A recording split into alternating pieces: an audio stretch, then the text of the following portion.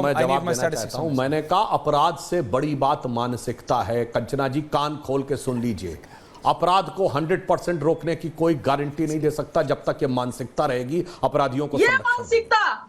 और जो आपने कहा दूसरा वाक्य आपने कहा महादलित, तो जहां तक मेरी जानकारी है आपकी पार्टी तो दलितों के कैटेगराइजेशन के विरुद्ध है। कंचना जी आपके बीच में कोई नहीं बोला, नहीं थी, किसी ने डिस्टर्ब नहीं किया। एक सेकंड टर्न पे बोली। नहीं आई नो कंचना जी आपके बीच में कंचना जी आपने बोला, कंचना जी आप बोली कोई नहीं बोला, भाटी जी बोले कोई नहीं बोला, सुधांशु जी बोले कोई नहीं बोला। सवाल मुझे से हैं तो मुझे अपना मौका दे दिया जाए।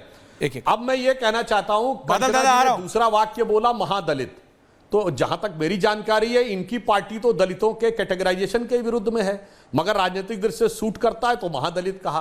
अब मैं पूछना चाहता हूं, संदेश खाली में अनुसूचित जनजाति की महिलाएं नहीं दिखी, क्योंकि वो वोट बैंक के तराजू पे तौला जाता है ना, शाहजहां शेख जहां जाएगा वहां SC ST भूल जाएंगे।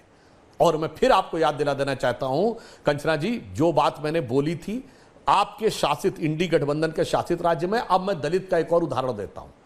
कर्नाटक में कांग्रेस की सरकार थी और कांग्रेस के दलित नेता थे अखंड श्रीनिवास मूर्ति, उनके घर पे हमला करके घर जला दिया गया।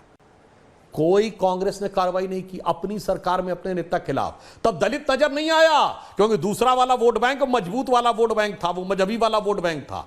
यहां तक कि वो जब गए कोर्ट में तो कांग्रेस पार्टी ने विरोध किया और आखिर में दुखी होकर अखंड श्रीनिवास मूर्ति कर्नाटक कांग्रेस के दलित नेता ने अपने हुए अत्याचार के विरोध में पार्टी छोड़ दी। क्योंकि आप राजनीति के तराजू पे पहले सियासत पे तौलते हैं, जो वोट बैंक मजबूत वाला दिख जाता है तो तुरंत धड़ से आपको दलित OBC सब छूट जाता है। इसी पश्चिम बंगाल में 81 जातियां OBC में जोड़ी गई, बताइए उसमें 76 मुस्लिम कैसे हो गए? चुप, किसी को नहीं लग रहा है SC ST OBC के अधिकार पर डाका? ना ना ना ना, अरे वो मजबूत वाला वोट बैंक है, OBC उतना मजबूत वोट बैंक नहीं, उसमें तो टुकड़े उकड़े करके अपना काम चलने वाला है। इसलिए मैं कह रहा हूं दलित हो, OBC हो, महिला हो, हर व्यक्ति को, मैं पुनः अपना बात बार बार दोहरा रहा हूं, मैं कह रहा हूं अपराध से ज्यादा बड़ी चुनौती अपराध को संरक्षण की मानसिकता है। जो नेता वकील बन के खड़े हैं ये आतंकवादियों के समर्थन पे कोर्ट में खड़े होने के लिए कुख्यात हैं। और ये मैं पुनः कह रहा हूं सपा के समर्थन से सांसद हैं, कांग्रेस के नेता हैं, तृणमूल कांग्रेस के वकील हैं। और ये इकलौता केस है, मेरे सारे विरोधियों कह रहा हूं, जिसमें सर्वोच्च न्यायालय ने कभी कहा हो, सुप्रीम कोर्ट के चीफ जस्टिस ने, कि मैंने 30 साल में ऐसा केस नहीं देखा। आप में से कोई एक ऐसा उदाहरण बता के जाइएगा कंचना जी, तब आप बताइएगा आप किस पे भयभीत हैं और किस पे आप हर्ष से अभिभूत हैं। बता दीजिएगा सर्वोच्च न्यायालय ने कंचना जी वापस कि 30 साल में ऐसा केस। बादल दादा आ रहा हूं, कंचना जी 10 सेकंड्स एंड फिर बादल दादा। पहली बात, इनको सुधांशु जी को आपने इंसाइक्लोपीडिया बोला, विकिपीडिया बोला, जितने भी आप पीडिया बोले, इन्होंने बहुत गलत इंफॉर्मेशन यहाँ दी है। मुझे लगता है कि इनके इंसाइक्लोपीडिया में उतनी इंफॉर्मेशन नहीं है। पहली बात कि कपिल सिब्बल जी जो है, इन्होंने, मैं जवाब देना भूल गई थी, कपिल सिब्बल जी सरकार की तरफ से जब कोर्ट ने, सुप्रीम कोर्ट ने कहा कि आखिर में क्या क्या वहां पर समस्याएं हैं, सरकार आए अपने पक्ष रखे, तो कपिल सिब्बल सरकार की तरफ से है सर, बलात्कारियों की तरफ से नहीं है। सरकार भी वही मांग कर रही है। और ममता दी ने तो यह भी कहा है कि हम एक लॉ लेकर आ रहे हैं जहां पर अपराधी को, बलात्कारी को सही समय पर फांसी दे दिया जाए। आप बताइए, जहां पर आपकी सरकार है, कितनी राज्यों में आपकी सरकार ने ऐसा काम किया कि फांसी देने के लिए और सजा देने के लिए इमीडिएट कोई लॉ लेकर आया हो? आप बताइए। और जो न्याय संहिता लेकर आया उसमें भी आपने क्या नया दिया है, उस पर भी आप बात करिए। और दलितों कहां पर नहीं बोलना है, कहां पर बोलना है, ये आपकी राजनीति हो सकती है, हमारी नहीं है। वहां पर बंगाल में जो प्रोटेस्टर है, जो आप लोग भेज रहे हो ना, वीडियो आया, विजुअल्स आया, दुकानें, सतीश जी आ रहा हूं, दुकान शट करने के नाम पर दुकानें लूट रहे हैं, चोरी कर रहे हैं और पत्थर फेंकते हुए भारतीय जनता पार्टी के लोग दिखाई दिए विजुअल्स में। और आप कहते हो आप जो है कि प्रोटेस्ट कर रहे हो, आप पीस की बात कर रहे हो, आप सजा देने की बात कर रहे हो। ऐश्वर्या जी, आपसे एक सवाल, वहां पर भारतीय जनता पार्टी के लोग बंगाल में अपराध करते हैं, आप ममता बनर्जी को कह रहे हैं कि वो सजा क्यों नहीं दे रहा है, दे पा रही है, लोगों ने तो क्यों नहीं काम कर रहा है? अरे भैया TMC बोलिए, आप आराम से बोल लीजिए 5 और सेकंड। उत्तर प्रदेश में तो अखिलेश यादव जिम्मेदार है, उत्तर प्रदेश में तो योगी सरकार जिम्मेदार ही नहीं है। उत्तर प्रदेश क्यों नहीं है जिम्मेदार, पूछिए ना। उत्तर प्रदेश में अखिलेश यादव के, अरे भैया आपको गलतफहमी है कंचना जी, शायद तब आप डिबेट करती नहीं थी जब बृजभूषण शरण सिंह पे यही सुधांशु त्रिवेदी थे, जब मैंने पूछा था। बहरहाल बात मेरे पे नहीं है, 5 मिनट अभी आखिरी के बचे, I don't want to waste on it. But मैं कह रहा हूं भाटी जी, आ रहा हूं आपके पास, लेकिन Sudhanshu Trivedi wanted to counter you. जी सुधांशु जी, आप कुछ कहना चाह रहे थे? पुनः कंचना जी ये बात कह देना चाहता हूं, सवाल साफ है कि कपिल सिब्बल ही वकील क्यों मिले? क्या सुप्रीम कोर्ट में कोई वकील अवेलेबल नहीं है? वही वकील चाहिए जो नेता है, जो आतंकवादियों से लेकर बाबरी मस्जिद के पक्ष में खड़े होने वाला वकील।